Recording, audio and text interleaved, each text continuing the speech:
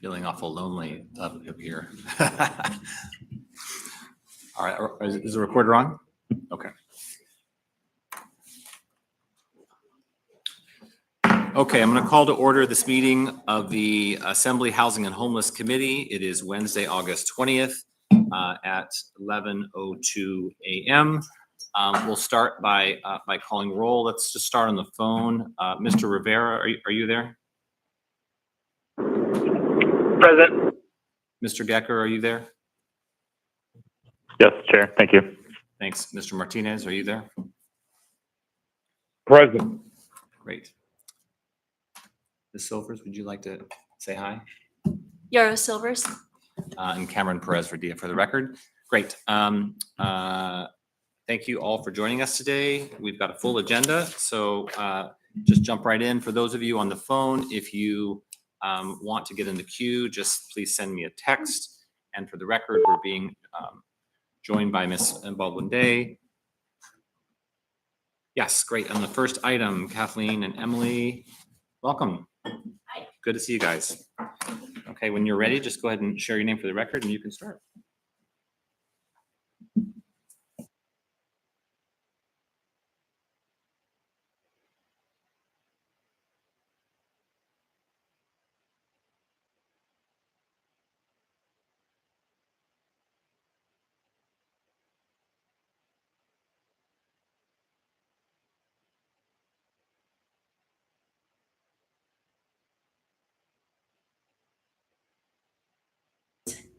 Does this one work? Okay. My name is Kathleen McLaughlin. I'm the CEO of Restorative and Reentry Services, and this is Emily Robinson. We wanted to come and state the outcome of our third-party oversight for the emergency cold weather shelter. There is a PowerPoint that we have created that might be useful. We're also open for any questions after we do a summary of what we saw, what we learned, and next steps. So with respect to third-party oversight, RS was asked 3 years ago to step in and do a quick oversight at the closing of the Sullivan Arena. We were then asked to do cold weather shelter oversight last year, and then we were asked again. What I can say, because I'm not going to bury the lead, that the question that we're always asked is, was the system for 24-25 operated in a manner that was consistent with the terms of the shelter contracts, the expectations of the shelter clients, and for the good of the community? And the answer is yes. We did learn a lot of things, and we have a lot of work to do. But generally speaking, we firmly believe that every shelter operator acted in compliance with their contracts, and that we have been able to integrate a lot more than we did before. Just an example, Emily, do you want to talk about what we were overseeing? Yeah, can we pop to the next slide, please? Thank you. Just a couple of things to note. This is a summary of the capacity that we had this last shelter season, as well as the timeline for our congregate and non-congregate shelter. When we look at the 532 beds, we actually had less capacity this year than we did the shelter season prior, and we're going to talk more about that later in the presentation. When we go to the timeline, something else to note is that the East 56 location was already running in October, but it was actually just the shift in operators from Henning to Catholic Social Services. And then following that, we folded starting October 15th, the non-congregate shelter capacity starting on October 15th, and then one at a time. Yeah. Okay. And then next slide, please. So here is the targeted goals that RRS had for the shelter season. Some of the main things are stabilizing, integrating, and synergizing. The very first part of the season was the stabilizing targeted goal. So setting up new sites, making sure that operationally we're getting what we need and everybody has what they need. Some of the quick things that we noticed was that a quick thing that came up from our town halls with the clients was that there was not enough quantity for food. And so we were able to work collaboratively with the Acreage Health Department to get that fixed. And so then we were able to adjust that moving forward. Integration in January is about when we started having that as our main focus. And that's when we're really looking at fine tuning our inflow, our outflow, our communication systems, and making sure that we're all on the same page with the same goals. And then finally, with the synergizing around April, we're really looking at maximizing our communication between shelter sites. We're looking at sharing and incorporating the strengths that are available in each program with the entire shelter system, and then also connecting those shelters with the community partners. And the shift that happened this year, that was the first sign of, of hope of, are we doing a good job in our shelter system, is we have moved from a program-centered philosophy to a client-centered philosophy. And what I mean by that is wait lists kill. And if you need detox today, you should get into detox today. So instead of looking at a program and saying we can take Bob in a week and a half, we have to find a detox bed for today. And I'll give you a great example that just happened last night. MCT had an individual that was on the street, the mobile crisis team with AFD. They phoned me and they said, we need this guy to get into a place and he can get into detox tonight after we stabilize him. He was then transferred to ASP. He stayed there for 5 hours. A taxi brought him into a detox at midnight last night. That's client-centered. It's not program-centered. And client-centered philosophy is really not easy. And it is a hard shift for a lot of programs, agencies, and individuals to do. But that's what this timeline is reflecting, is that's basically what we're trying to get to, is from a program-centered to a client-centered. So clients get real-time services when they need it, on demand. That's the goal. It's not perfect. Thanks. For the record, Mr. Rivera has joined us in person, and Ms. Silvers, you have a question? If a person wants to go into treatment or detox, do you generally have the beds to get them in there right away? Yes. Yes. Sometimes it takes a little bit of hunting. True North has beds. Set Free has beds. South Central Foundation has beds. The one that we used last night was Arctic Recovery. The difficulty is in real-time contacts, you can't end work at 5. So you've got to make sure that you've got those communications with those agencies and the connections with them. And as Emily was saying, that's one of the things that we did this year, I think better than last year, and that was to connect with community providers. This slide I thought was really interesting. When we were pulling our data together, we asked ACEH if they could run the number of the unique individuals that were served this year versus last year. Last year in our report, we reported that there were 2,022 individuals that had used shelter services. This year, during the same emergency cold weather season, we had 2,193 with unique stays of 5,626. The interesting thing about this is we had more beds. We had 574 available beds last year, and we had 532 available beds this year, but we served more people. And this is why we integrated the processes so that all beds were committed to be used every night. We called it the head in the bed rule. And what that meant, and even by contracts, is the shelter operators only got paid for the used beds, not the assigned beds, but the used beds. So the coordination around this, and I'm jumping kind of out of turn, but I think it's important, is the way that we would do it is every morning we would find out how many beds had turned. And then we would start filling them based on priority. We would make sure that people that were doing encampments, outreach, and individuals that could move back and forth from congregate to non-congregate were served. And the importance of the head in the bed rule is that beds are expensive and they should be used optimally. What we learned last year when we did a census at the Aviator is we had a lot of assigned beds, but we didn't have a lot of used beds. Well, I shouldn't say a lot. The numbers were different. And now we want to move to using beds all the time as best as we can. And this is going to be more important this year because now we only have 300 beds starting September 1st. So we are going to have to use that asset as best as we can and as efficiently as we can. One of the additions this year that we were able to also look at was warming. And Emily, do you want to talk about these numbers? Yeah, sure. So with warming, it was created at the Henning House downtown. It was only at night from 8 p.m. to 8 a.m. No one was allowed to stay after 8 a.m. And they were not allowed to sleep. Clients were not allowed to sleep while they were at warming because it was not a shelter. The numbers that you see before you are numbers that were sent directly to RRS every single morning via roster from Henning. So these were all internally tracked by Kathleen and I every single day.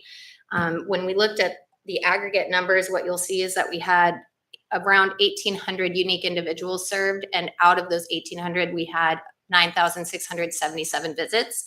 They are broken down by the number of times each person used it. So 907 people used warming only once. 684 people used it 2 to 9 times. 130 people used it 10 plus times, and then 113 people used it 20 plus times. And that number of touch points ranged from 20 to 99 times for each person. And we also have a plus minus of 5% of margin of error based on, there's going to be times where we spelled the name wrong or, whatever. So we just want to throw out there that there may be a margin of error for those numbers by plus minus 5%. And in looking at these numbers, the coolest part was we were also able to identify that many of the individuals that were the 20 times or more, the 113, our highest users were also using emergency providers. And so there was a lot of crossover. So that gave us an idea, and I think Thea can talk about this more and maybe at a different time. But the beauty of figuring that out and who the individuals were is we could do real-time services. 5 or 6 of them went from warming to detox and to treatment. Some went home, and some have ERA 2 housing right now up through September. And they were some of the hardest of the hard to serve. So warming did become a portal, if you will, into shelter services as well as into other services. The other thing that was helpful to learn is that when warming closed, one of the challenges was hospitals who are discharging somebody at 11 o'clock at night may not know where to go. And they were using warming as that.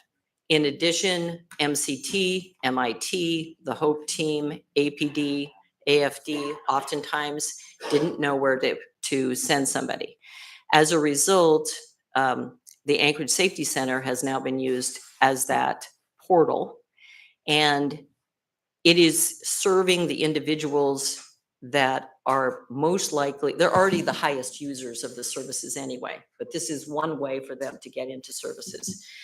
And so for ASC to be used as that real-time bridge for that gap has been beneficial and will be more important because we're not going to have warming this next winter. And so we're going to have to use the assets that we already have. So just want to be clear, we're not having warming moving forward, and you mentioned that the Anchorage Safety Center, do you see that as a replacement for that? This is outside my third party. Yeah, can I Oh, speak? well, I can have Yeah. Thea to speak to it, so. Chair Perez Verdia. Is this working? No. It's me. Chair Perez Verdia, great. Thea Agnew-Bemba with the mayor's office. So our plan for this winter, now that we have 300 beds of Muni-operated year-round shelter, is that our shelter sites, 2 of them will have surge capacity. So that's what we'll bring online first, so that we're actually having additional shelter beds for people to use, because that's the best service that we can offer. The safety center will continue to operate as Kathleen just described. We've been making changes to their criteria for who can be there, how long they can stay.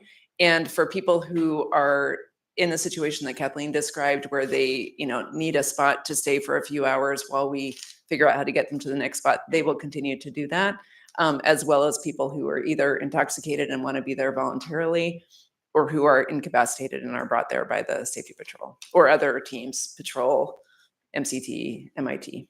Got it. Ms. Silvers? Can you just remind me what beds are going to be available this winter at what facilities? Through the chair, member Yarrow, or member Silver, sorry. We have 100 beds at East 56th, 100 beds at Linda's Place. Those will both be operating at that capacity starting September 1st. We have 100 non-congregate beds at the Alex Hotel. Then we also are going to bring into our coordination network, and they're already kind of there, but we're going to do it more formally. Brother Francis, which has 120 beds, Covenant House, which has between 40 and 50, depending on what we want to help them do, and Complex Care, which has 80 beds. So those are really our low barrier shelters. The first 300 beds we pay for 100%. The other ones we're providing significant funding for. How much movement is there in the system in the Alex Hotel? Through the chair, would it be okay, could we let Kathleen and Emily finish? Because I think some of that data that we have for last year will be shared in this presentation, and then we can talk about it going forward, because the operator right now is different than when, the operator is not different, but the parameters are a little bit different than they were during the winter. Yeah, So thanks. this We is can probably the hold- best data we have for that right now. Go ahead. But I'm happy to comment on that as well. One of the questions that people always ask is, what do you do as oversight? And the next slide indicates the kind of effort that we're trying to put in. A lot of people get tired of our t-shirts, and we appreciate that. We probably should beef them up. But the reason we wear these t-shirts every day is we want to be accessible to clients, because they're the experts in the room. We spend probably 20 hours a week taking calls or meeting with clients of the shelter or people that are wanting to get into the shelter. One of the things that's very important, especially for the clients in the shelters, is to have a way to be heard. So the poster that you see, which we're really proud of with our IT tech, is at every one of the shelters. And we have that phone on 24/7.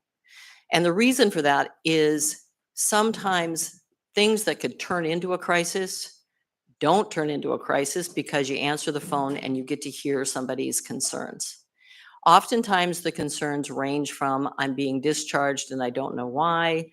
I don't like my roommate. He's the one that had drugs. It wasn't me. Sometimes it's just somebody telling you, hey, I finally got back to see 56th after I went through treatment. But having that 24/7 access is absolutely important. And we were doing this as kind of a pilot. And what we would recommend, as you will see later, is there should always be a 24/7 line for clients, even if it's not just giving a bed. It should be some way for them to communicate with a real person in real time. And shelters are 24/7. So there's no reason for us not to have that type of access. With RS, the other aspects of our work is to do we host 2 weekly meetings. where we get down into the details of shelter operations, as well as inviting community members to come because we want to grow the team of people that are in the service area. The other thing that we do is every single morning, we have a count of beds, even today, to make sure that the beds that are available are offered to the HOPE team. APD texts us and says, we've got Betty, can we take her someplace? And we say yes, and this is where you can take her. The key is the integration from the beginning of the day to the end. We've tried different ways of doing it, and we have to be nimble and respond to the clients when they come in. Interestingly, abatement of Davis Park, we had a lot of people at the very end who were part of the snow dump that did not want to come in and were very cranky about the whole thing. Oddly, now that winter's coming, they're reaching out to us and they're taking beds. We have 3 over at Alex right now that have been there since Davis, and we met one of the guys yesterday, and he said, "I can't even believe I'm still here." And it's those little moments that we have to start having more of, and also have the beds available for abatement when we abate. Just for the record, Mr. Volland has joined us. Thanks. Coordination, and I'll speed this along because I want to be available for more questions. One of the things we also did with regard to allocation of beds is people need to have the bed that works for them at the time that they need it. And some individuals are not able to self-manage in a way that will make them safe in a hotel room, but they can be more safe in a congregate setting. So because of the integration that was happening over the cold weather season, if somebody wasn't working well at one space, we wouldn't just boot them out. We would send them to another space and see if that would work. If somebody violated some of the rules, especially the hotel rules, they may be asked to leave for a while, but it was never a full ban unless there was criminal activity or violence involved.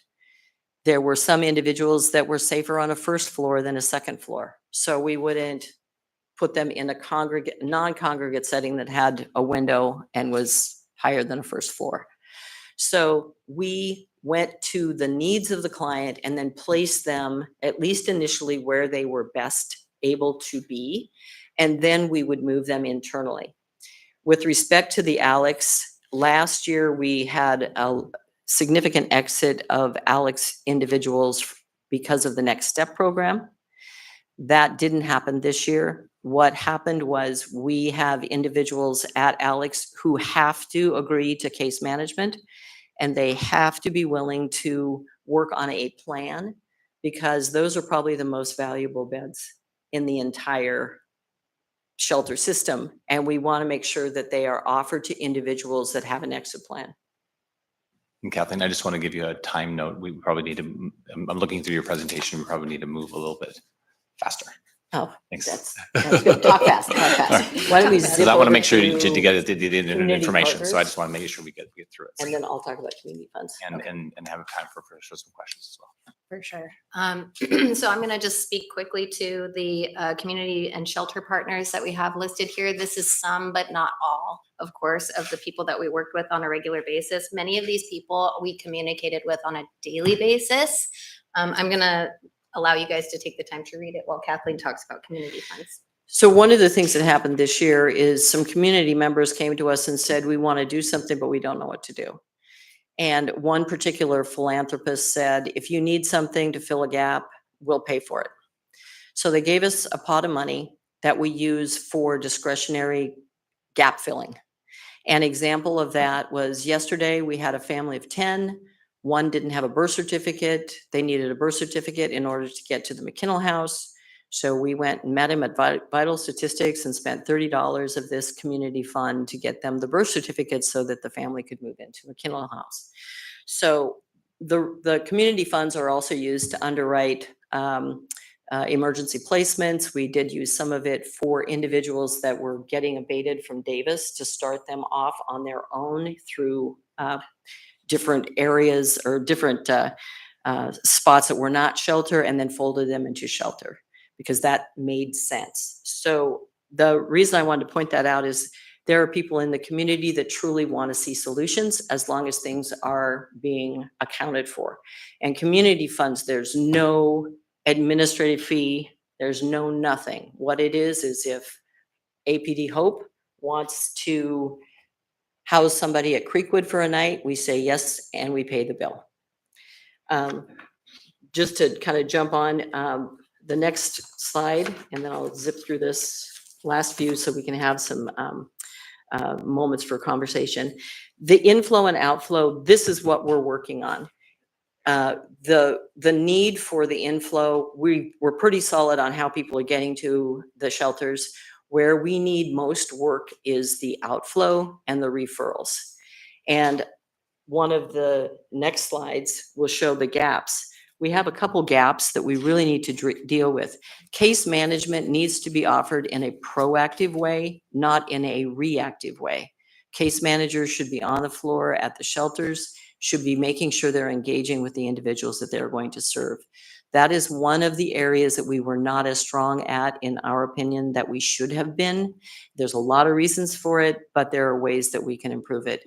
The other gap that was big was transportation. You guys all heard about that. If you saw the weekly reports, it was ongoing. The challenge is the contract stated that the individual shelter operators were supposed to give bus passes to all the clients. Bottom line is $5 bus passes have value on the street. And so you don't want to just give them out willy-nilly, but you also don't want to be too tightly holding them. We learned a lot, and it was a bad idea to use the bus passes as the way for transportation. This year, we will look at things that are a little bit more proactive with getting people where they need to be. I'm just going to kind of zip through to the end, which is integration is the key. That's the tool that we are using. The more integration, the more robust the services will be. They have to be client-centered and client-based rather than program-centered. I think we're making some strides. I know we're making some strides. And finally, getting the emergency providers involved has been a game changer as well, because we can respond in the moment to emergencies before they become big emergencies. And with that, we are happy to take any questions.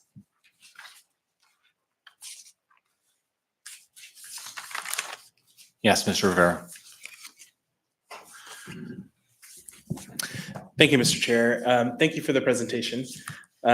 So in a few of your slides, particularly slide 11, and then it's mentioned in a few other slides, you repeatedly use the phrase real-time attached to different things: real-time data, lack of real-time referrals, access to real-time responses outside business hours, access to real-time data.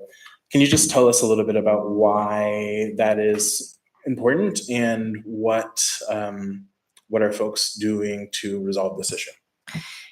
Thank you. Through the chair.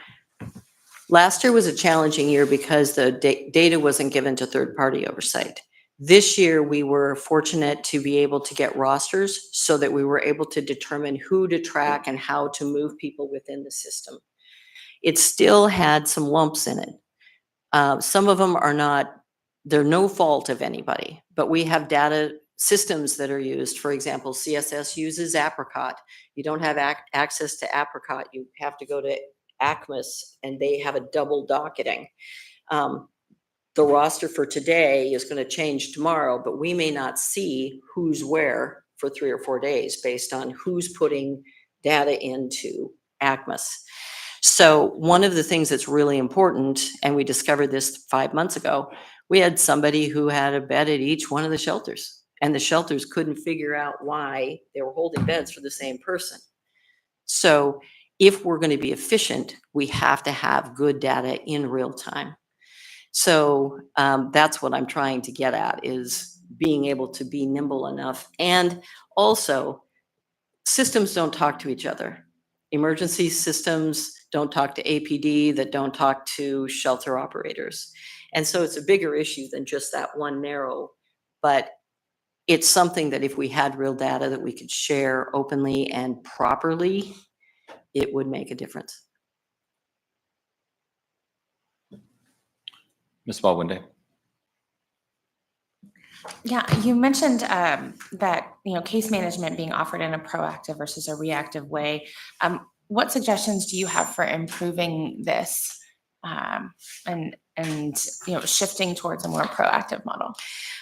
One of the intentions under the contract was that everybody that walked into the shelter, the day that they walked in, there would be an assessment. And you would start from that day one as getting to know a navigator or a case manager. That did not happen at the congregate site. And there were a lot of reasons for it. But I think that we need to all lean into making sure that those processes are properly, not to be overly burdensome, but we have to be more proactive. One thing about this the population that we service, many of them are the worst self-advocates. They're never going to come up to you and say, hey, Kathleen, I would like something. They need you to go to their bunk and say, hey, what are you thinking today? And that is a different dynamic than what has happened in the past couple of years with regard to case management. And I will say everyone did the best they could. I'm not condemning anybody or judging anybody, but I think that now that we know what we need to do, we should do it. And can I just jump on there really quick too? It goes back to the real-time access and client-centered. So if you tell somebody, hey, I really want to meet with you for your case management, let's meet in 3 days at 4 o'clock. They are not going to make that appointment. But if they're ready to talk to you right in that moment, take the time to talk to them right in that moment, and you can get so much done right there. And so shifting again from that client-centered practice to the client, or from the program-centered practice to the client-centered practice. And separately, you also mentioned that the bus pass was challenging for a variety of reasons, using that as a primary form of transportation. What are your suggestions with respect to proactive transportation methods? Like, what does that look like in your brain? Through the chair. Thank you for the question. Third Avenue Navigation has a new rig. They travel between the shelters on a schedule. We need a couple more of those for the shelter operators themselves to manage. And I think that that is more economical than throwing out bus passes that may or may not be used, depending on who gets them.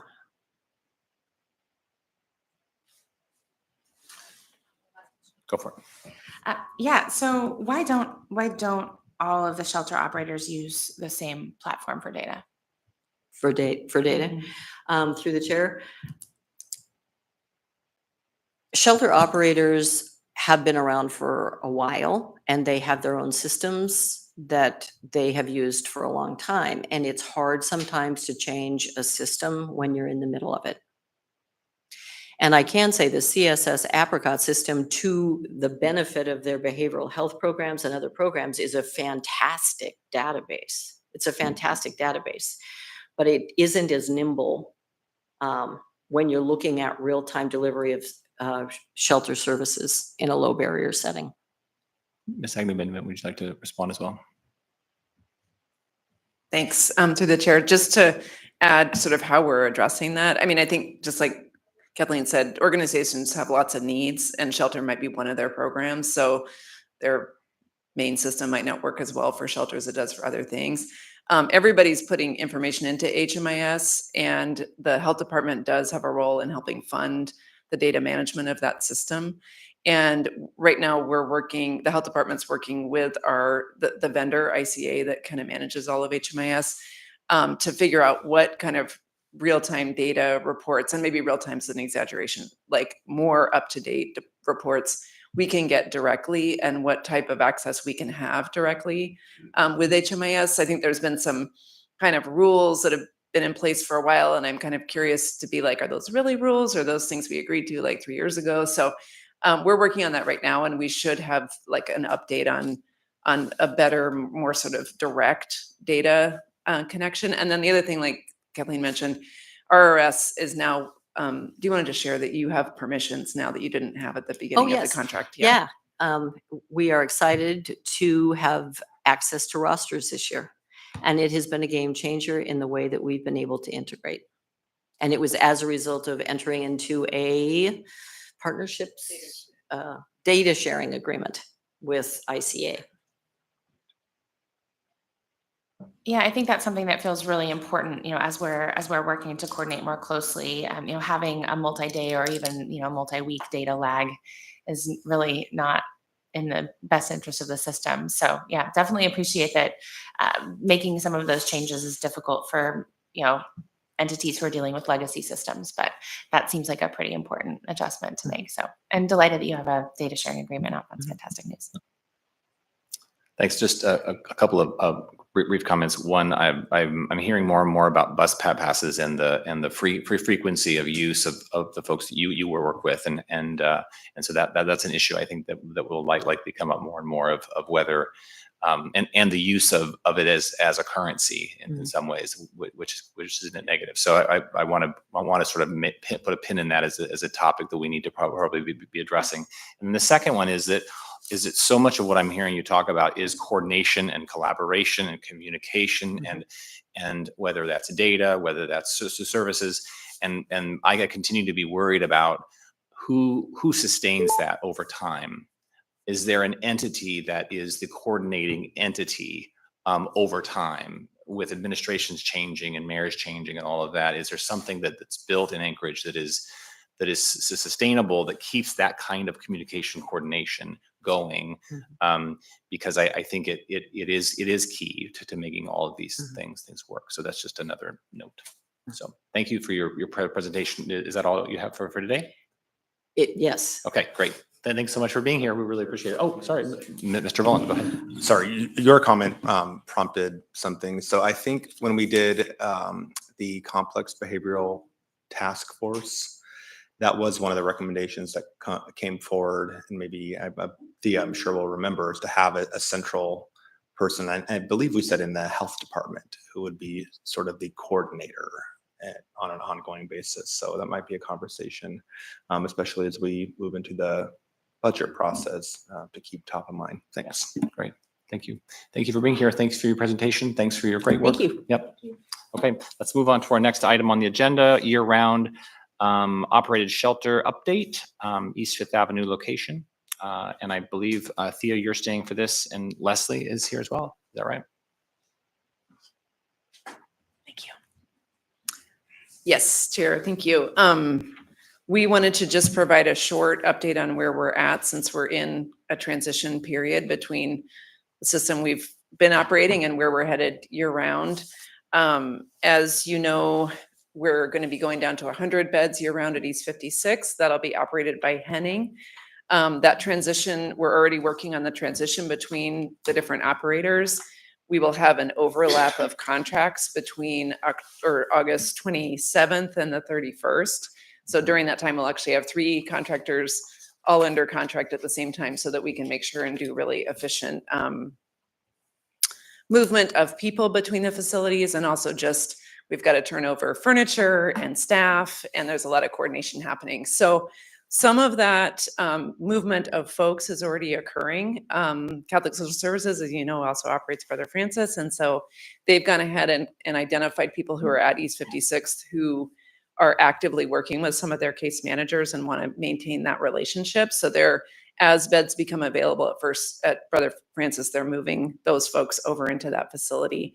And then we're coordinating between Henning and Catholic Social Services to do the handover at East 56th.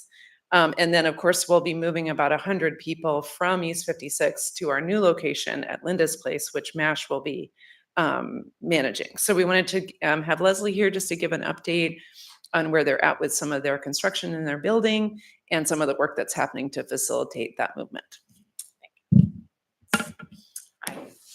My name is Leslie Rydell. I'm the Vice President of Operations for MASH Property Management.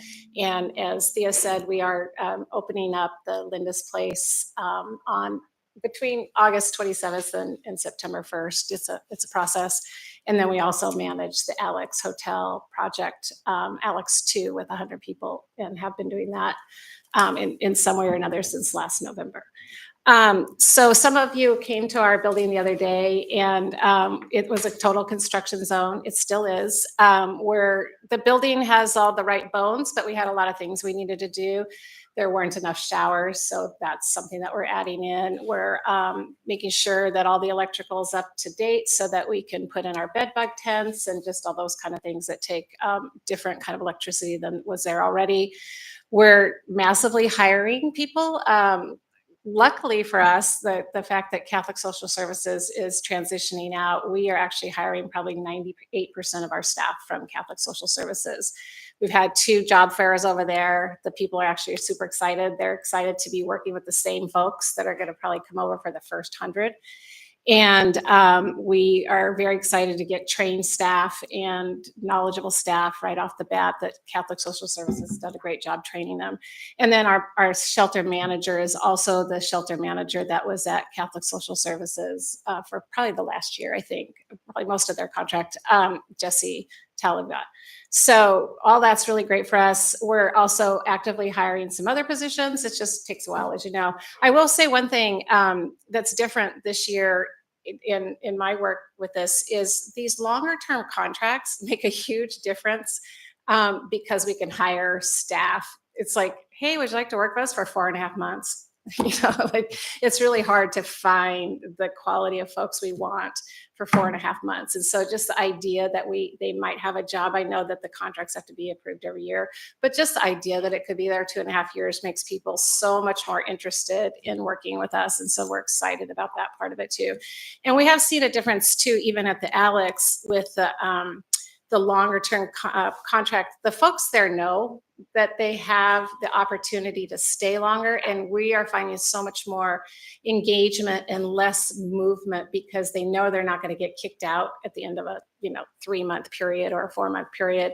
And so we're seeing a lot of positives from that just long-term plan that the city has put together to have the shelter all year round. I will just say, in case anybody wants to ask, we do use HMIS. We love it. I actually am a super data nerd, and so I'm really excited about HMIS in a weird way. And so, yes, we do use that. And we don't have any other programs that we're doing. We're working on. We met 2 days ago with the community councils that are in the affected area. The actual official community council is Mountain View, but we get that Fairview and downtown are part of it too. So we met with all 3 of them. We have not come to our final good neighbor policy, but we're going to meet again. They're meeting together and then we're going to meet again. So we'll continue that. We're going to be working with DOT through the city to talk about safety on 5th Avenue. That's coming up, I think, in the next week or so. We're talking to other people in the neighborhood. Safety. I know people obviously are concerned about safety. We're getting the cameras installed inside and outside the building and also putting fencing up. And we'll be working with DOT on that too. There's one driveway we want to block off and then fence around both of the parking lots so that it's not people hanging out on 5th Avenue, that not a lot of free flow traffic out to 5th Avenue. I'll just stop there because I could probably babble on about all the things going on and let you ask questions if you have anything that you think I missed. I babbled on enough, no question. No, I think it's great. And as this develops, I'd love for you to come back and give us some updates Sure. in terms of how it's turning out. Really appreciated the tour the other day, and seeing the inside of the building was really helpful. Seeing the openness of it, the high ceilings, it looks like a space that is going to work well for this. And then also having the back side, the amount of land you have there and the opportunity to use that in a variety of ways. So I think there's some good pieces to it that I'm looking forward to seeing how it develops. Sure. Thank you very much, Mr. Chair. Sure. Ms. Baldwin. Thank you. Hi, Ms. Rydell. Thanks for Hi. being here. Sure. You mentioned that you're contemplating blocking off a driveway and doing some fencing. I'm wondering what your plans are for potentially managing a lot more pedestrian activity in the area, especially relative to the busyness of the street, and what the flow might look like there. I know that was a concern that was raised by more than a few folks just having additional pedestrians and interaction between pedestrians and cars being problematic. Yeah, thank you. We've actually been talking about that quite a bit in our staff, and we're actually not contemplating a fence, we're doing a fence. So we're definitely doing that. So a couple things, just even internal policies. I've spoken to Jesse about this, our shelter manager, and you might notice he used to be the manager also at Complex Care. And just things like our staff doesn't get to hang out in the front either. Our smoking areas are not up there. There's nothing up there. Only our staff gets to park up there. All of our guests are really focused further back. If you haven't been there, there's a big parking lot in the back. And so that we're pushing people back there as far as where activities will be, smoking areas and gathering areas. The bus stop is on 3rd. There's not one on 5th, which is great. That's really helpful to us too. And that we'll patrol that area and just move our folks out of there. It's not okay to hang out here. Yes, you can walk on the sidewalk. We can't tell people they can't walk on a sidewalk, but you don't get to congregate here. You don't get to congregate in the front parking lot either. And I've said, if I drive by and see someone, I'm going to be super mad. So don't do it. It just keep it open or keep it clear so that people aren't just hanging out there and having problems. Yeah, I think part of that was also just thinking about pedestrian crossings in that area. Yes, pedestrian people just being there, but yeah, in terms of safety for folks who are on the sidewalk, who are walking, that is a pretty dangerous corridor. So just wanting to be sure that there was some kind of. Well, through the chair, sorry. I would hope that too, and we meet with DOT that we might be able to come up with some. I guess it is a DOT or a state road. It's a pretty fast road, because there's a bunch of businesses that empty out right onto Fifth Avenue there. I drive there every day. And so just to make sure that from all of our businesses, that there's some places that are safe for people to cross. Would you like to speak? Yeah, just through the chair. So some of the things that are going to be discussed in the meeting with DOT, and we're actually going to look at, there's another community council, Campbell Park, which is interested in the stretch from Elmore to New Seward on Tudor, which also has a lot of back and forth. So we're going to kind of talk about both of those locations. And I think there's a lot of things on the table. I mean, there could be a reduction in speed limit. There could be some crossings contemplated. One at the community council meeting, one of the community council members just also said like, hey, can we get some more enforcement in this area of the speed limit that already exists? And so we'll be working on that with APD as well. So we're open to suggestions and thinking about it creatively for both those locations and just trying to really make sure we're doing as much as we can. Mr. Boland, would you like to speak next? Yeah, thanks. I think that is important. Fifth is on the high injury network. And, as we know, most of the pedestrian injuries do occur on state roads. I have a couple questions. So when I hear Leslie, you saying, it's not okay for them to hang out there. You guys are going to be doing some work, as I understand it, though, on the premise to create a gathering place for people. Because I think I've heard that's one of the ideas with this project is, we have places, I guess, in downtown where people tend to congregate, and sometimes that's great, but sometimes it's problematic in various ways. So is it the intention of part of this project to have a place where people can hang out? Through the chair, yes. So it is a really big parking lot, and actually most of our guests don't have cars. So it's not like it's going to be totally full of cars back there. There will be visitors, of course. But visitors could also park up front. There's actually quite a bit of parking. Our vision is that you do set up some nice places back there, some picnic tables, some chairs, whatever works for folks. We also run the Barrett, and it's really interesting to me on a sunny day, people are sitting out in the parking lot just on their chair because people want to gather. I think we have to work with the city on whether that's just for our guests or whether during the day we allow other guests to come in. It will be fenced, so we do have some control of that. And we want to protect our guests too.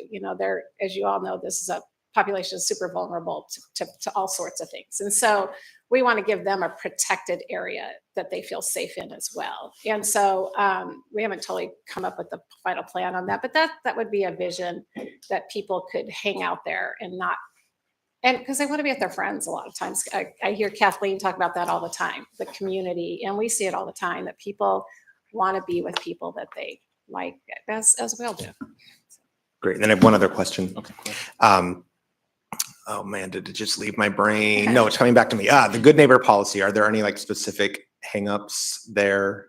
No, Okay. actually, through the chair, no, we just didn't get that far. We had an hour meeting and it was actually more of a conversation and heard concerns from the community. So the 3 presidents are meeting, I think, this weekend of the 3 councils. And just because also I think it's hard to edit a document with a group, right?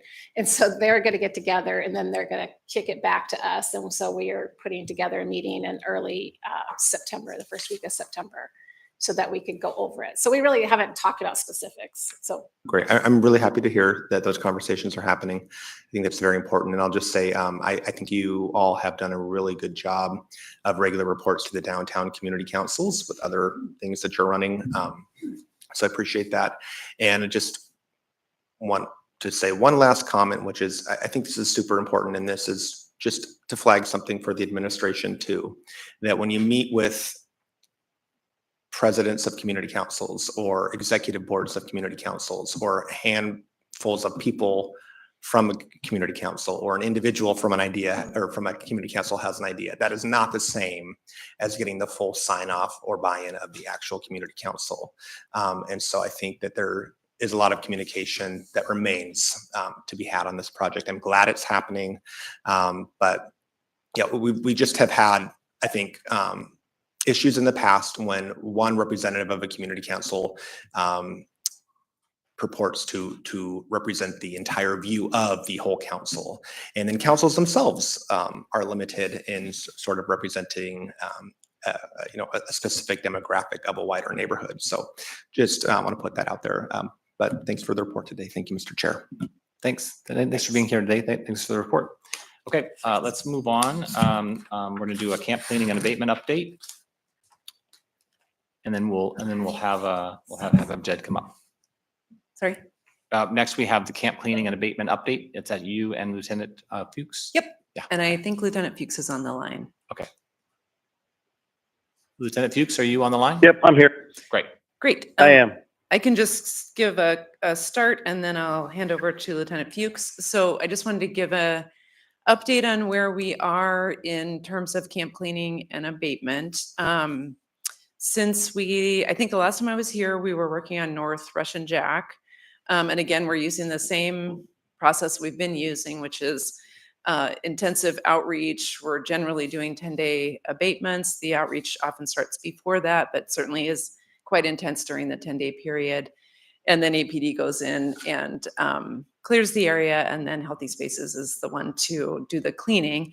We've also been able to, thanks to Q1 revisions that the Assembly approved, we've had a contractor A1 also assisting Healthy Spaces. So that's been able to kind of just expand our capacity a little bit. So after North Russian Jack, we then worked on the camp that was below West High. So as school gets started, we're trying to really focus on areas around schools. So that camp has been cleared. And I know you're going to ask me how many people went to shelter. Let's see, 11 people from North Russian Jack went.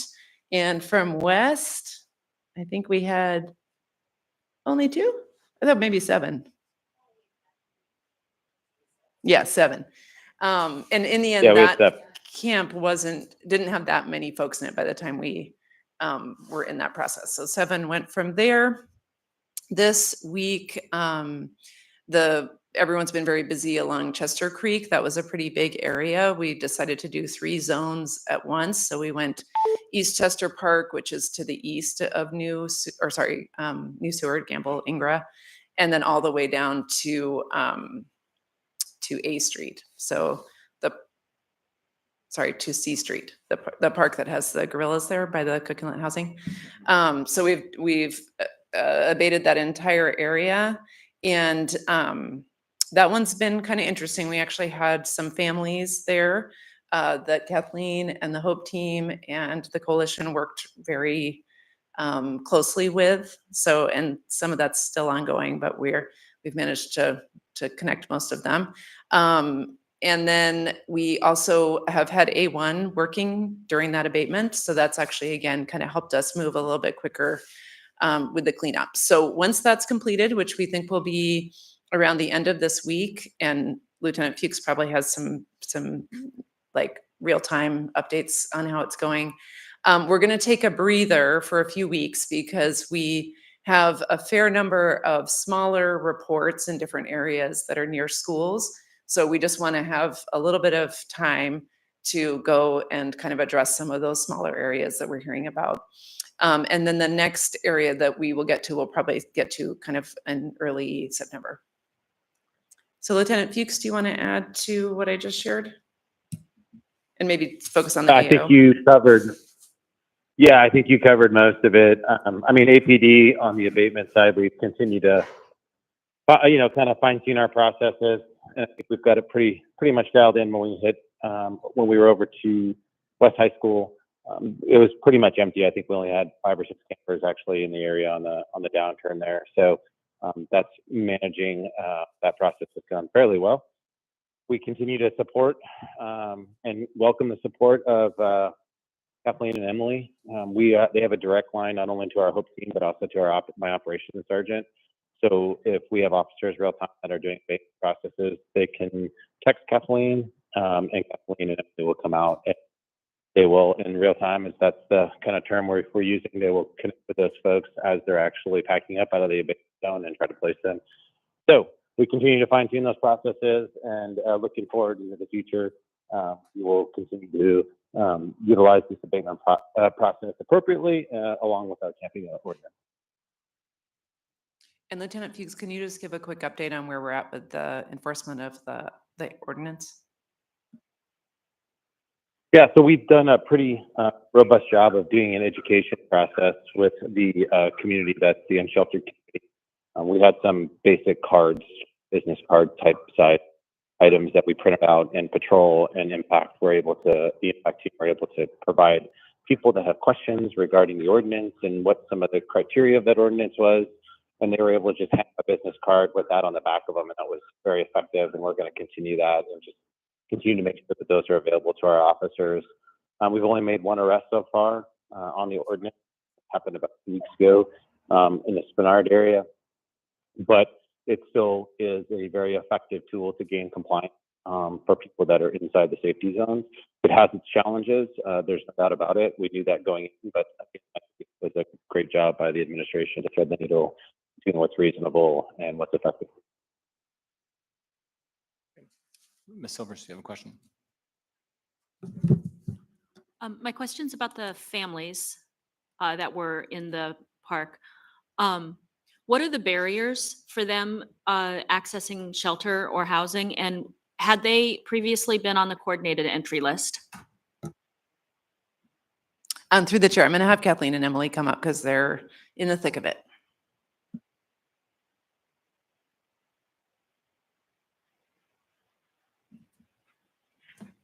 Through the chair to Member Silvers, thank you for the question. Particularly for the family that we were working with, it's a family of 10, and they, due to some circumstances, they have some guardianship issues that they're having to deal with, and they also didn't have a birth certificate for the 2-year-old in their care. And in order to enter McKinnell House, you have to have a birth certificate for every child. And that's the only household that you're able, or that's the only shelter that's available where you can have both a male and female guardian. And they have that in their particular family unit, versus Clare House, you can only have a female guardian, which is a barrier for families that have an intact household. What about housing? So through the chair, one of the things that we have been doing is we've been using community funds to get people into Golden Lion and other 1 month at a times. And during that time, they're getting plugged into NeighborWorks. Most of the time, that is the segue that has been used to get people into a more stable housing. I think we have 5 families that we served in the last 3 weeks. And in regards to barriers, past evictions is one of the biggest barriers for these families. And just to add through the chair, what we're working on to kind of address this going forward. So the health department right now, we're working with Christian Health Associates, who's here. They provide family emergency cold weather shelter. We're talking with them about what that would look like for them to provide some version of that year round.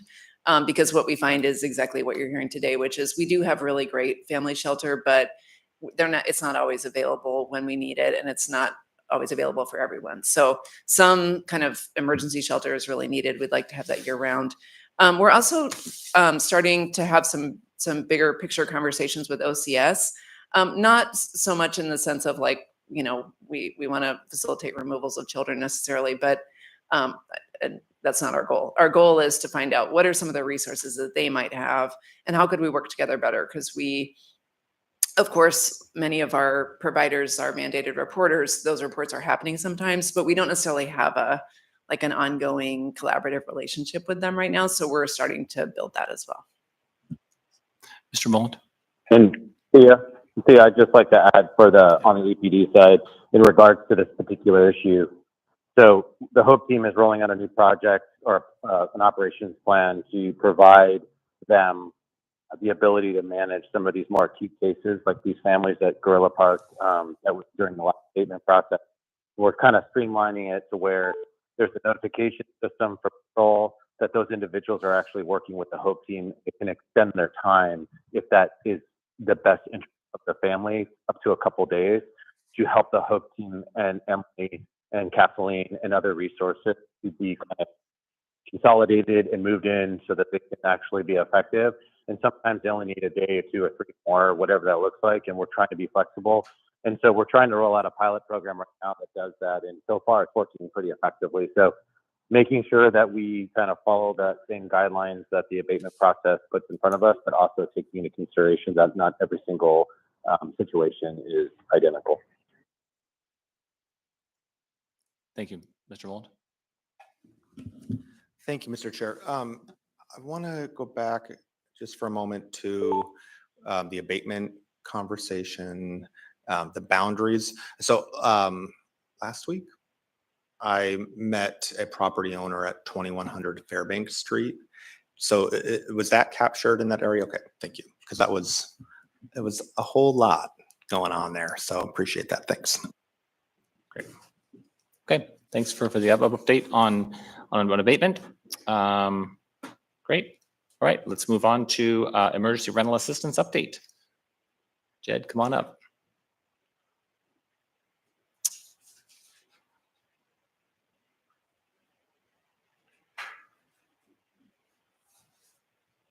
All right, welcome. All right. Thank you. I don't think that's working. No, let's just switch it out. Is that working? Nope. All right, how about this one? There you go. Okay. Thank you, Mr. Chair. I have a PowerPoint here that will just kind of work through about our emergency rental assistance program. And just for record, do you share your name and your head? Yeah. So Jed Drolet, Community Systems Program Manager for Anchorage Health Department, and I just have a PowerPoint. We can start here. Can I have the next slide, please? So that's me.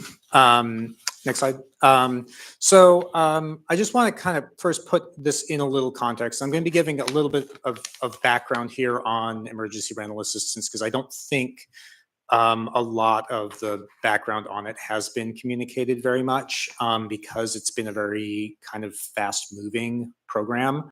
And I'll explain a little bit more about that. But basically, I first wanted to kind of give the context here. We've got this graphic that you've probably seen a lot of the homelessness prevention and response system and the spectrum or continuum of interventions that involves all the way from prevention, diversion, retention through the response that can include outreach, emergency shelter, transitional housing, and then the more permanent housing, supportive housing, rapid rehousing, up to independent affordable housing. And really, it even continues further up with housing for everyone. We are actually in the emergency rental assistance program addressing multiple aspects of this continuum, but not all of them. So a big part of it is homelessness prevention and eviction diversion. And so that's on the left side there of the graphic. And then Another big part of it is the movement into housing from homelessness. And so that's more on the rapid rehousing and in some cases the independent affordable housing, perhaps in some cases some of the supportive housing, although the ERA is less in that space. But not so much the outreach and emergency shelter and transitional housing. That's kind of a different piece of the puzzle that's being provided through other programs. So just for the context, we are kind of on two different ends of the spectrum here because the parameters of emergency rental assistance are that is specifically about housing rather than shelter or other interventions. Next slide, please. So there's really two programs here that we're talking about, which we are dovetailing together. And this kind of goes to why my team is managing this tranche of emergency rental assistance. As many of you may know, we primarily manage the HUD grants that the municipality receives. ERA is actually not a HUD program. It's a program through the U.S. Department of Treasury. But we are partnering it with our Home ARP funding, which is a HUD program that has a lot of synergies and overlap with what can be done with it that helps to make the emergency rental assistance, we think, more effective in what it's trying to do in this context. So both of these programs actually were part of the American Rescue Plan Act. But they're totally separate. They were not connected in any particular way within that act. It was all part of the COVID response.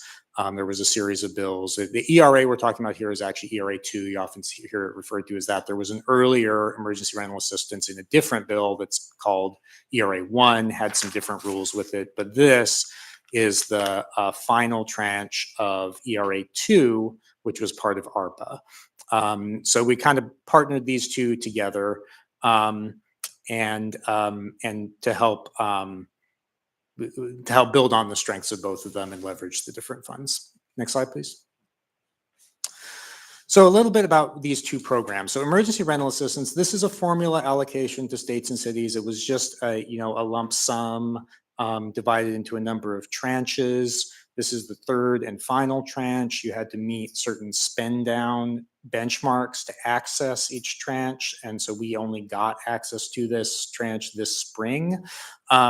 It is payment for direct rental assistance and can also provide some funding for housing support services. And so we have both of those incorporated in the program. The big thing about emergency rental assistance is there's a very hard deadline for all spending on this project, on this program, September 30th, 2025. This is a COVID response thing. It was in ARPA. There's a hard statutory deadline in the end. Congress is not going to extend that. Particularly for the rental payments, we can't pay October rents. It has to all be by the end of September. And since we only got access to this in about April or May, that meant that we've had to stand it up very quickly to be able to make use of this bucket of a few $1 million. It's pretty substantial as these things go, and do it very quickly and get it rolled out so that we can meet the requirements of the program. Next slide, please.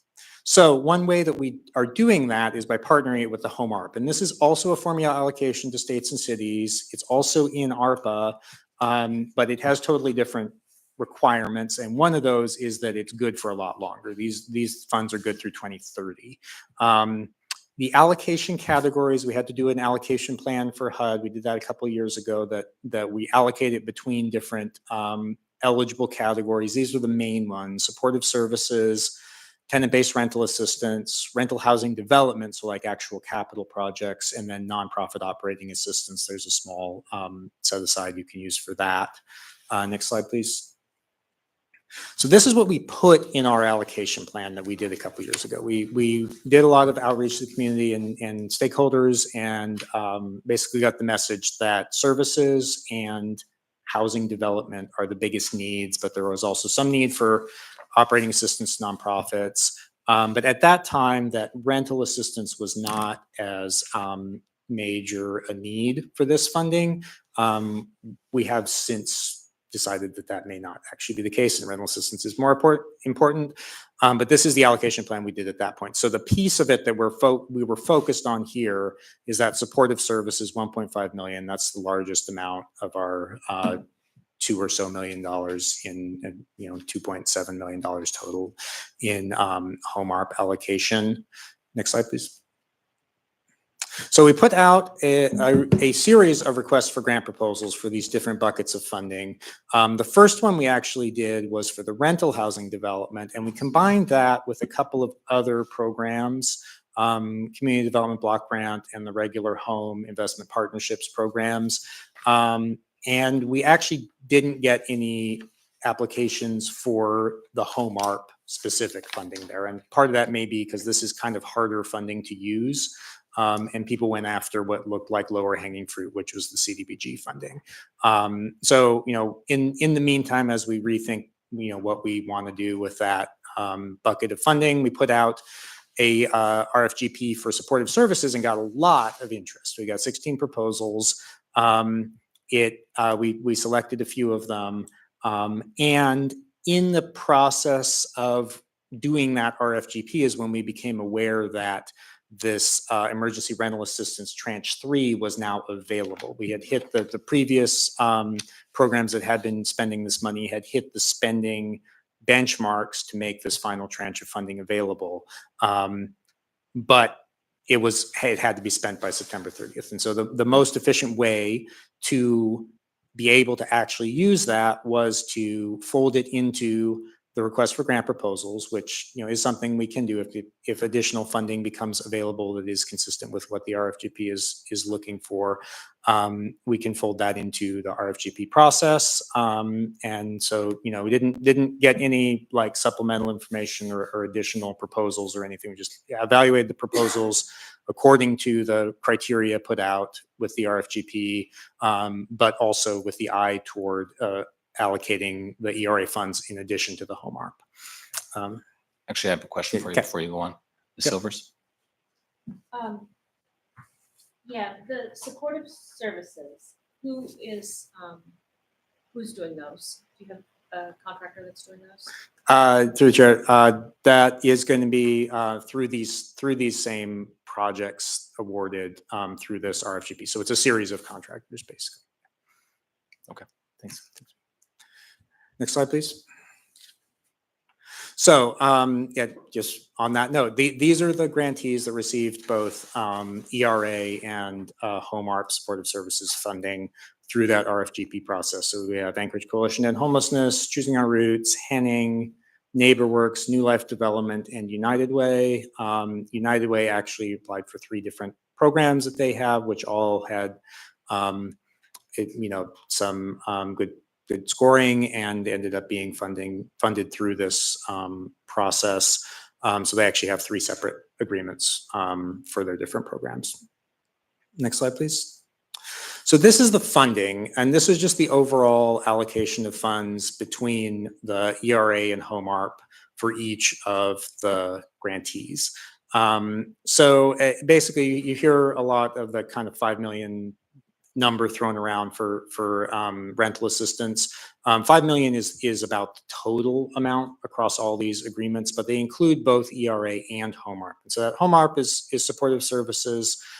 ERA has some portion of supportive services in it as well, although it's primarily direct rental payments. And that's the breakdown between the different grantees, what they were awarded. And that series of UWs there, that's United Way, Eviction Diversion, Home for Good, and Landlord Housing Partnership. And so the 3 different United Way programs were all sort of eligible and scored well in the RFGP, but they are targeting different needs, and so they are kind of independent programs, even though they're all under the United Way bucket. And this here is just the same information. This is just a graphic showing the breakdown between the allocated ERA and home ARP. You can see it's primarily ERA, and that the amounts allocated to the different grantees vary. But generally, the ratios are fairly similar, with some variation between the ERA and home ARP, and that just depends on the characteristics of the individual projects. Yeah, I have a question for you, Ms. Baldwin-Day.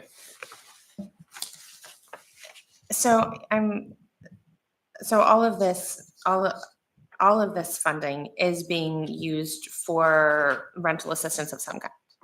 Rental assistance, through the chair, rental assistance and supportive services in support of providing the rental assistance. And what does that mean exactly?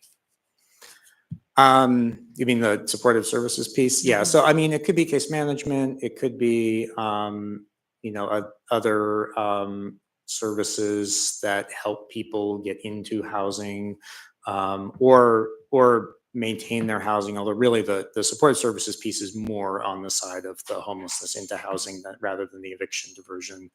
And we heard like transportation, like things like that can help people find a place, get into a place, those sorts of services.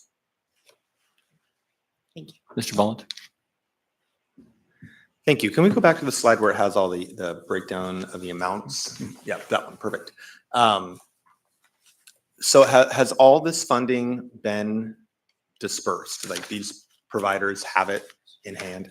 Through the chair, no, and we'll have some slides later on that will show what's actually been spent so far. Mhm.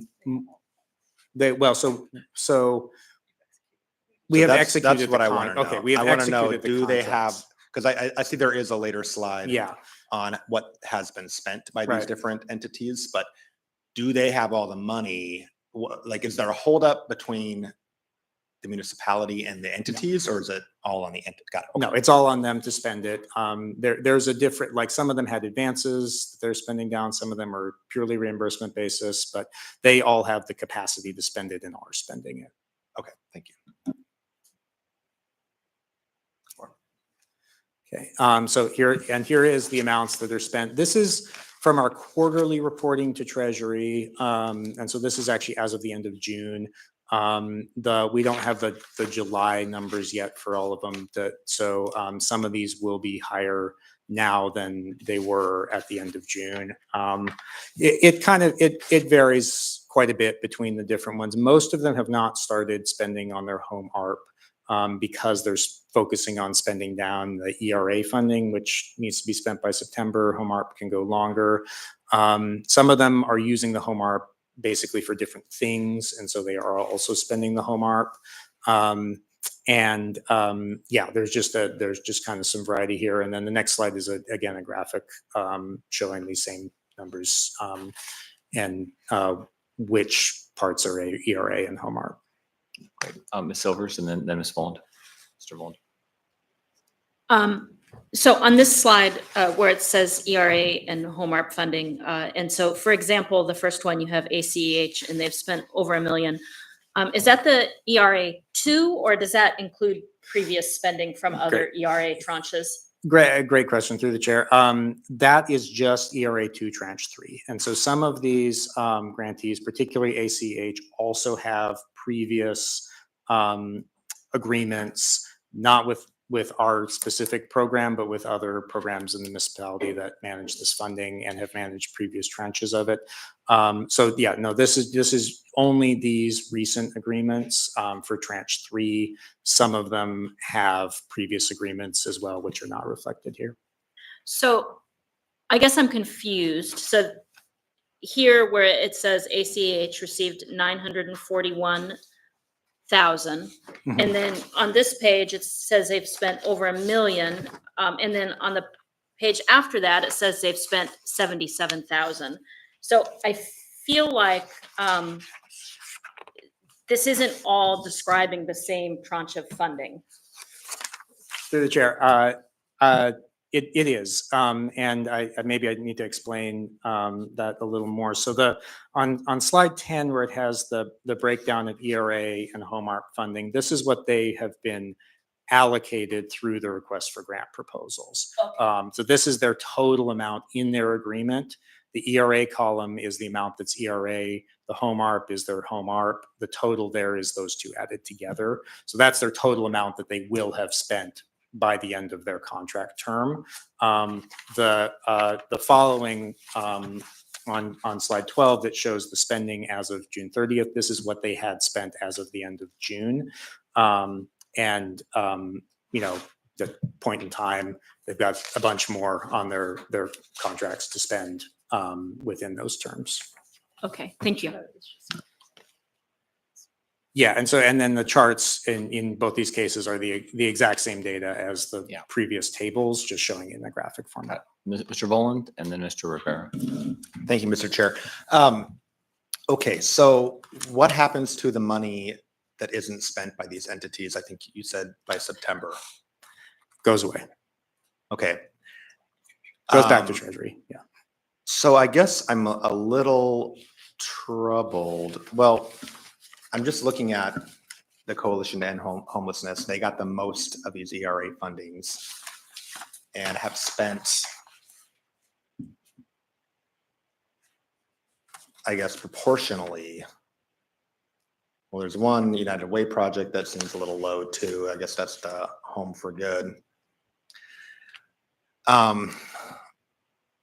You know, yeah, I guess I would have liked to see more of this money spent in doing good in the community.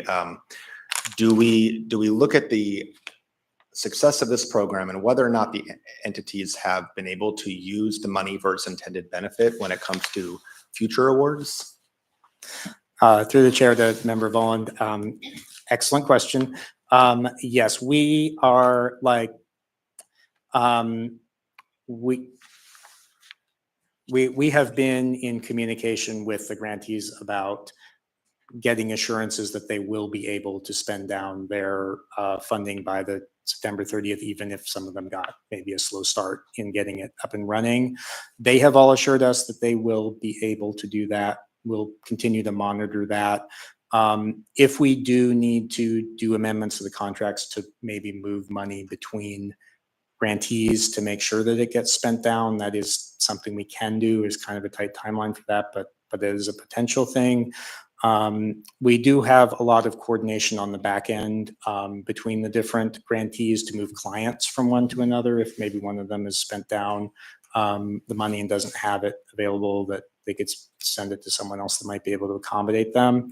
And yes, the in decisions about future or other allocations of funding, the level of success and number of clients benefited from this allocation of funding is a factor that will go into those decisions.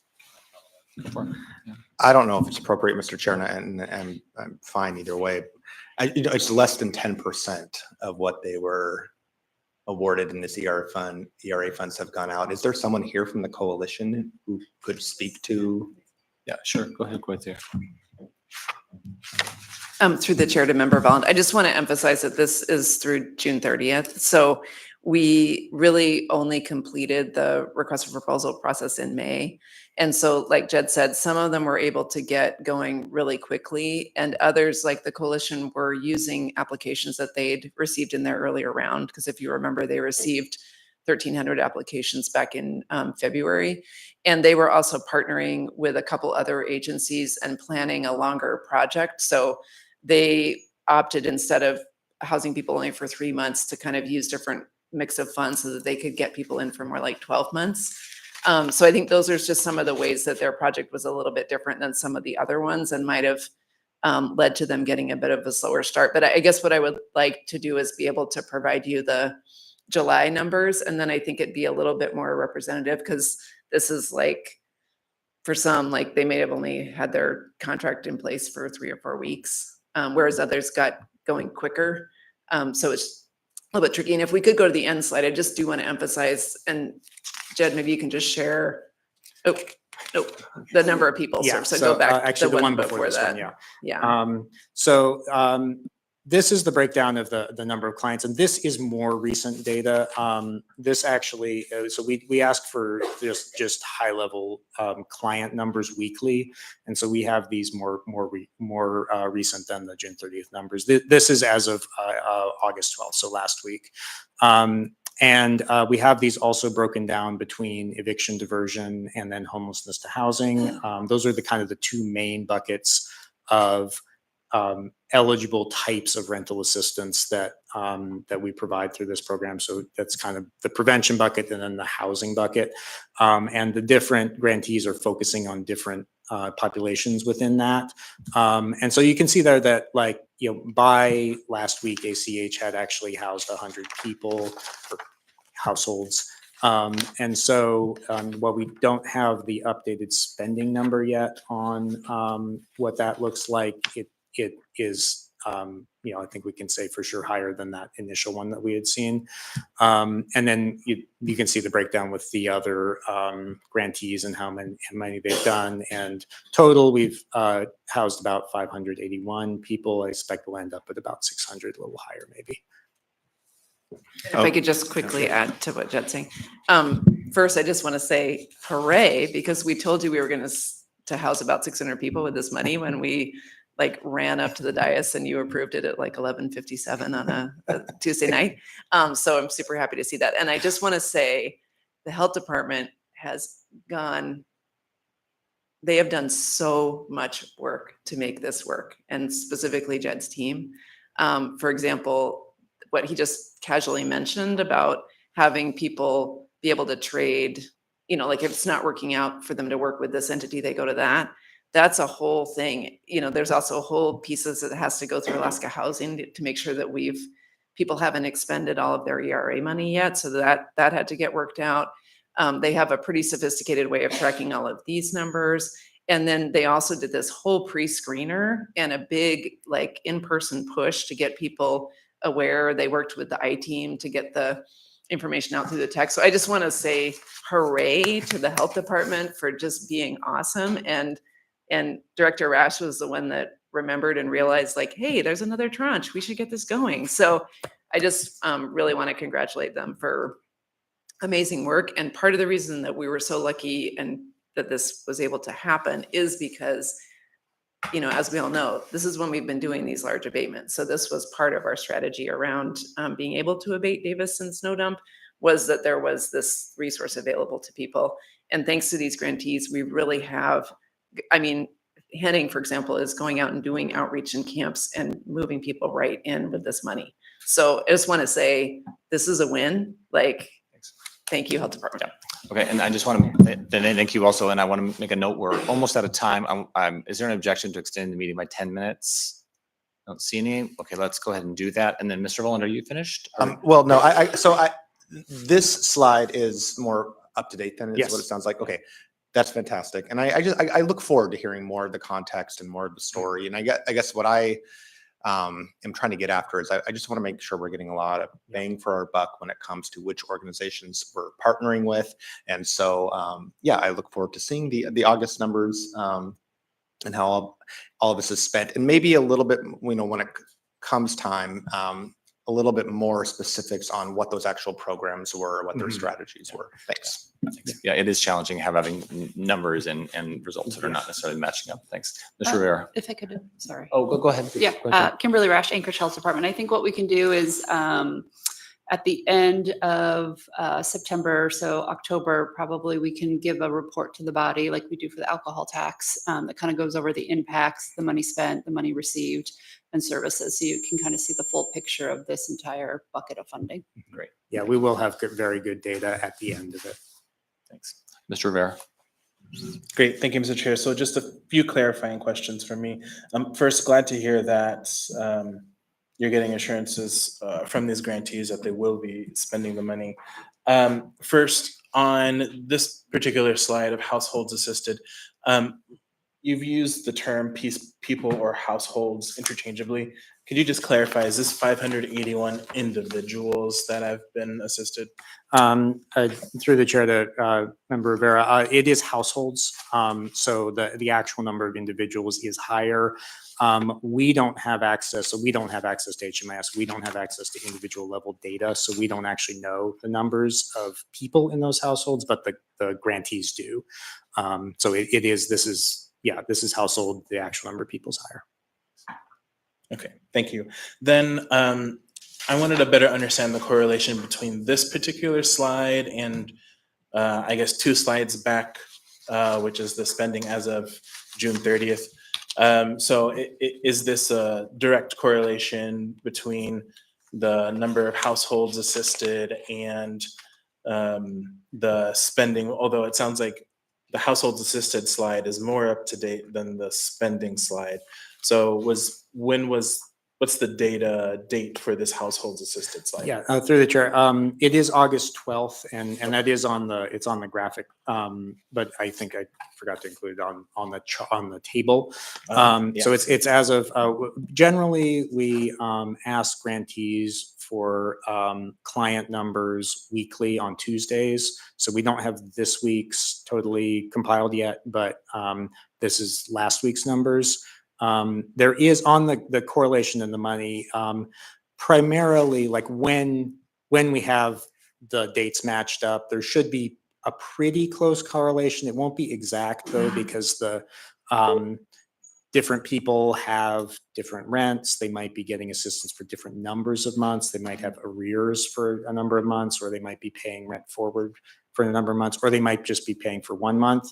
And then there's also these supportive services, which aren't necessarily correlated to specific households, but might be, or might have different amounts that the grantees are spending on case management or things like that don't correlate exactly. But in general, once the dates match up, these numbers should correlate pretty well. Thanks.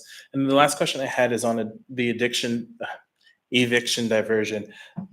So is it generally accurate that particular column represents people who are currently housed, but they are facing issues with rent, they're in arrears, and this program is helping them stay housed? Yeah, to the chair, that's correct. Yeah. So that's a lot of households, 306 households. So what is going to happen on October 1st when these 306 households no longer have that rental assistance? So defer to Thea on that one. So we've been talking with the grantees, to the chair, sorry, Member Rivera, about, what percentage of their folks do they feel like have, the purpose of rapid rehousing and or eviction diversion is you basically buy people a little bit of time to help them catch up. So you pay for back rent, you help cover their first month's rent, that type of thing. And the goal is that people are able to stabilize and carry on from there. So and this is maybe going back like 3 weeks when we had this conversation with the grantees, around 65 to 70% is what they were saying. And again, this is kind of an educated estimate, would be able to maintain. And then some people will not. However, that's partly why the health department did what Jed was describing, because the home ARP funding can help provide support with rental assistance. So for people who are in that situation, the grantees have an additional funding source to help carry that. And then one thing that we're working on right now is for an additional part of our home ARP funding that isn't already allocated. We're considering making some of that available to some of those grantees where they think they're going to have those high-risk folks who might need more support. So that's something we're working on right now that we'll be bringing to you soon. Great. Thanks. We're getting close to end of time. Ms. Baldwin-Day, would you like to ask a question?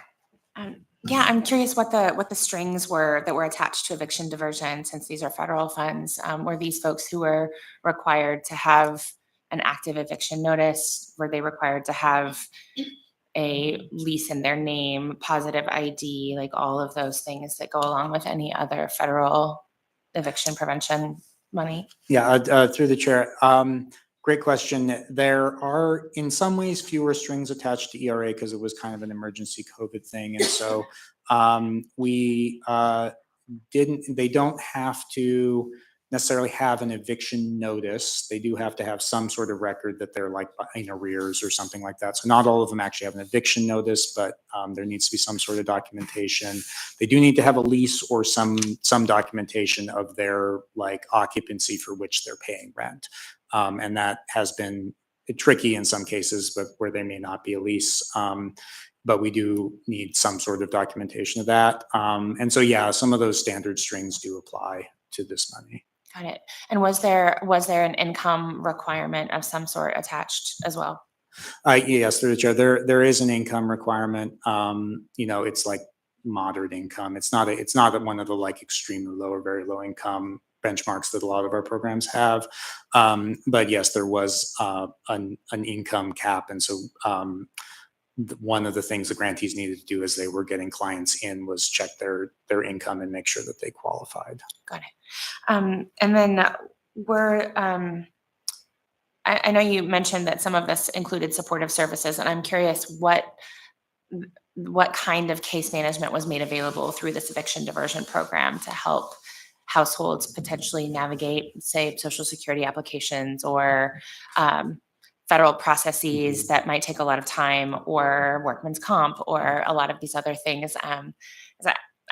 Having done some work in this area, I'm aware that there could be a lot of variables involved in why a family is struggling. And were there any grantees that were making an effort to connect folks other than with rental assistance?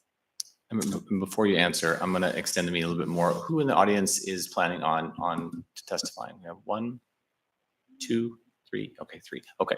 I think we can extend for an additional 10 minutes, and we should be fine. Okay, go ahead there. Yeah, through the chair. Yeah, great question. I don't have the specifics at my fingertips here, but yes, those types of issues are the sorts of things that a lot of the grantees were using for supportive services. And you can see in the spending data, most of them have not used their home ARP supportive services, but there is also a portion of the ERA money that can be used for housing support services. And so many of them have used that to try to help people overcome those sorts of barriers. Thanks. Ms. Silvers? I'm a little bit concerned that we don't have updated numbers on spending because at this point, we have 1 full month left to spend it. And so I think it would have been nice to have those updated numbers so that we can see if we need to reallocate some of those funds to some of the other people that are working on this as well. So I'm a little concerned about that. I do want to know, can you provide updated data? And what I'd like to actually see is like 3 graphs next to each other.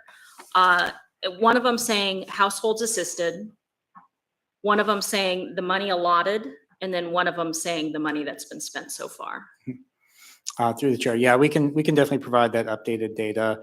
The July, here it is mid August. We just got the July numbers. We don't have those compiled yet, but they do report monthly, so we will have those soon. And we can certainly provide an updated chart with updated data as of July 31st in that manner that you'd suggestion. Yeah. Thank you. Okay, I think we're good. Thank you guys. That was great. Thanks for the information, the presentation. Okay, looks like we have 3 people who'd like to speak. If the first person would like to come up, you'll have 3 minutes to testify. Come on up.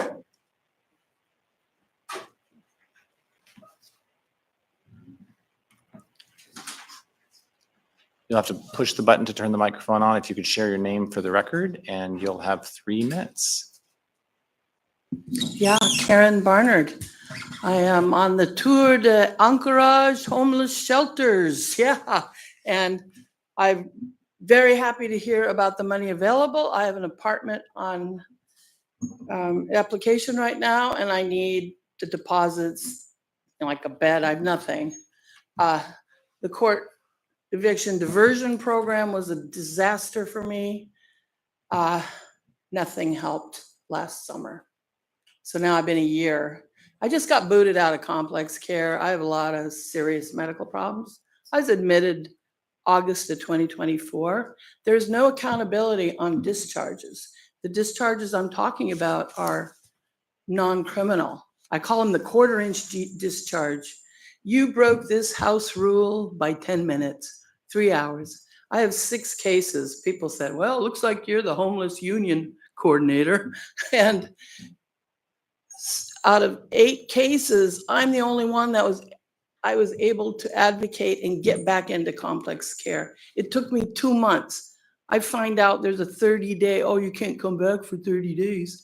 Well, I was wrongly discharged both times. December 15th, 2024, August 1st. I'm couch surfing, camping. I still have all those health problems. My health has gone downhill. And you can hear my voice. I'm allergic to cigarette smoke. There is rampant violations of the 16.65.020 Muni code. I'm a data nerd too. Reasonable distance of 20 feet around all buildings. None of the staff are enforcing it. Other residents laugh at it. I had cigarette smoke coming in my room. I went to the ER on it. So my health has gotten worse at Complex Care, Henning, Bro Francis. I was discharged August 1st with COVID. Oh, we have a bed for you at Bro Francis. Okay, great. I get there. Who are you? They put me in like a holding cell. I said, I have COVID. I can't sleep in the dorm. So they put me in a holding cell for out of control people. It's like, oh, great. On a 24-inch bench. I was terrified for 2 nights. They tried to put me in the dorm twice. I made them move my bedding, and I did not go back that 3rd night because I would endanger. Complex Care, they didn't care I had COVID. They discharged me anyway. They didn't even have masks, no test kits, nothing. I called Anchorage Health Department. I have COVID, can I get tested? Oh, we don't test. I had an elder friend who needed testing, and he went to urgent care and then got charged $662 for Paxlovid. I got my Paxlovid on a homeless grant through the health center. Thank you. So, yep, 3 minutes, but I'm gonna be beating a path to your Thank you. door. Money, yay, thank you. Thanks for your testimony. Okay, who'd like to come up next?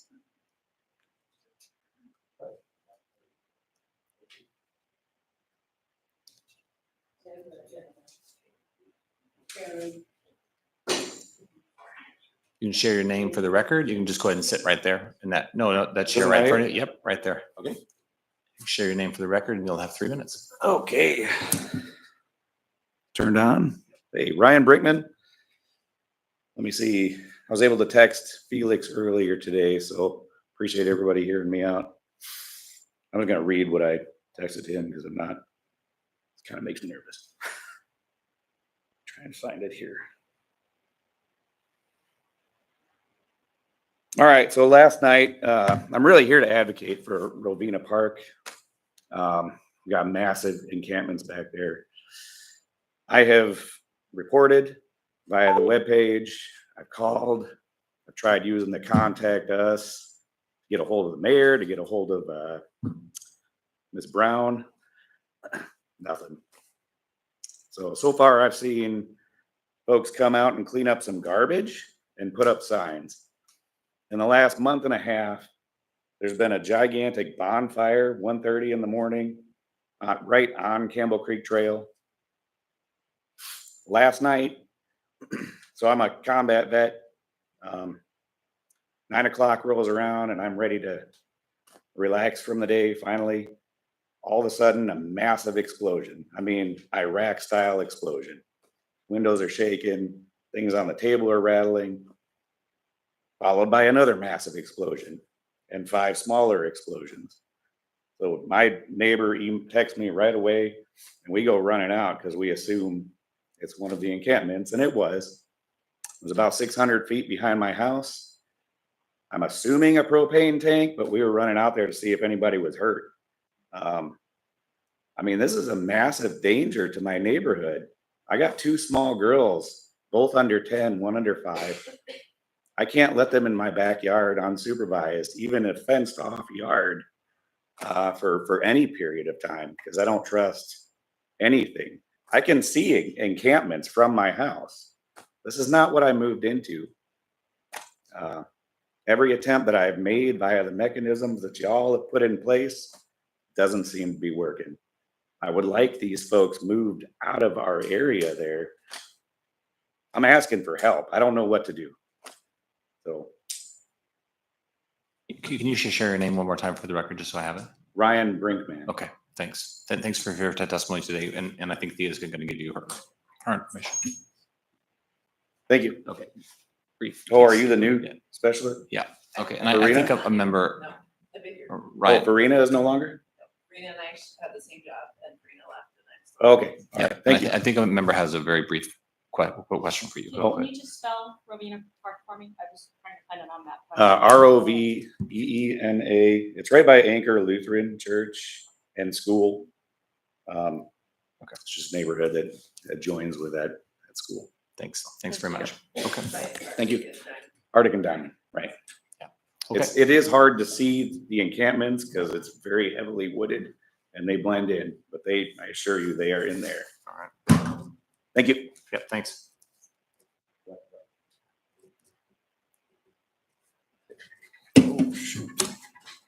All right. Share your name for the record and you'll have 3 minutes. Sorry about that. Jamie Lopez, East Anchorage, formerly Coalition, formerly Homeless. So I want 5. Everybody else gets plenty of time. So trying to get through all this. So abatements, again, abatements are not a sign of success. Abatements are a sign of failure. When you hit the abatement button on it, it just shifts and it goes into another area, another area. So let's go into this one. Sorry, unprepared remarks. So we were discussing abatements, North Rush and Jack, 11 people housed, a large contingent of people I managed to convince to leave there for the greater good.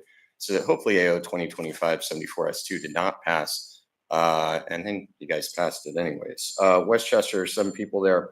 There's a gentleman I know who was there, and there's a long story behind it. But the short of it was he was banned from shelter for a year.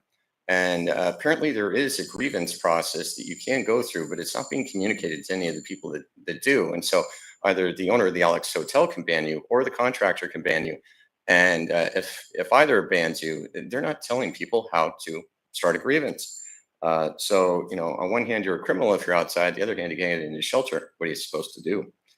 Chester Creek with the families. I can just give you one example. So, and I don't have time to get into this. I contacted somebody I hadn't talked to in over 18 months, somebody high up. And August 6th, I called. I said, hey, you got a family over here, and man, woman, child. And literally, they were still there as of yesterday. And there were black bears in the area. And it was too dangerous for outreach workers to go out, but not dangerous enough to put them in a hotel. And so I went through any number of process of things trying to get this to work. And they're one step away from getting a voucher. But I've seen too much of this, if you can't tell. And so, yeah, it is very, very disappointing when I see this go on. So with AO 2025-74S2, you have people being stripped of possessions, being told, move along, move along, move along. And Mr. Fuchs said there was an education process. Basically what they're doing is they're telling people to move. Otherwise, they're threatening them. And then they see there was only one arrest. Well, I know of one where at least they were on federal land. The police came in multiple times, and apparently there was somebody who was claiming to be an FAA, enforcement officer of some type, and that may have even been fake as well. And 2 people were given citations, and now, I don't know if they've been charged or not, but they input location data. Apparently, they said the arrests were at Davis Park, and yeah, there's some strange things going on if you can't tell. Another thing as a result of this thing, essentially what happens is people are getting less access to food, water, services, even Narcan right now. I had any number of people coming up to me last night asking for Narcan. They don't know about the dispensaries at the libraries. And so you want to hand me a bunch of Narcan, I hand it out, and I've been doing it for a while. So anyways, there goes 3 minutes. I could easily take up 10 to 20. Thank you for testimony. Yep. Okay. Looks like that's it for today. Thank you for your time. We stand adjourned.